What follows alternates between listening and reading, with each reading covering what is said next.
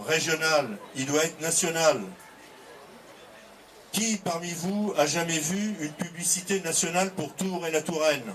Est-ce que dans les couloirs du métro, on voit Tours, à côté de La Rochelle, à côté d'Orléans, à côté de la Charente-Maritime? Jamais.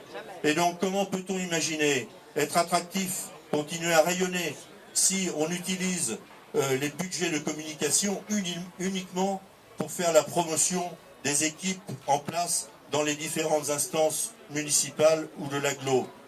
Des documents sur papier glacé, il y en a beaucoup. Il y en a des dizaines, avec des dizaines de pages. Ça coûte une fortune. On a le chiffre du budget de com, c'est 1 million d'euros. Est-ce qu'on ne peut pas utiliser une partie de cela pour faire la promotion à l'extérieur? C'est ce qu'il faut faire.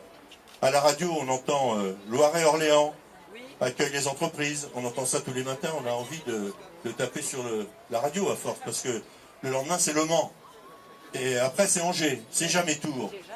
Donc il faut travailler sur le rayonnement et l'attractivité de notre ville, parce que c'est ainsi que nous pourrons développer l'emploi et l'activité économique. Et puis le rayonnement, il est aussi à l'international.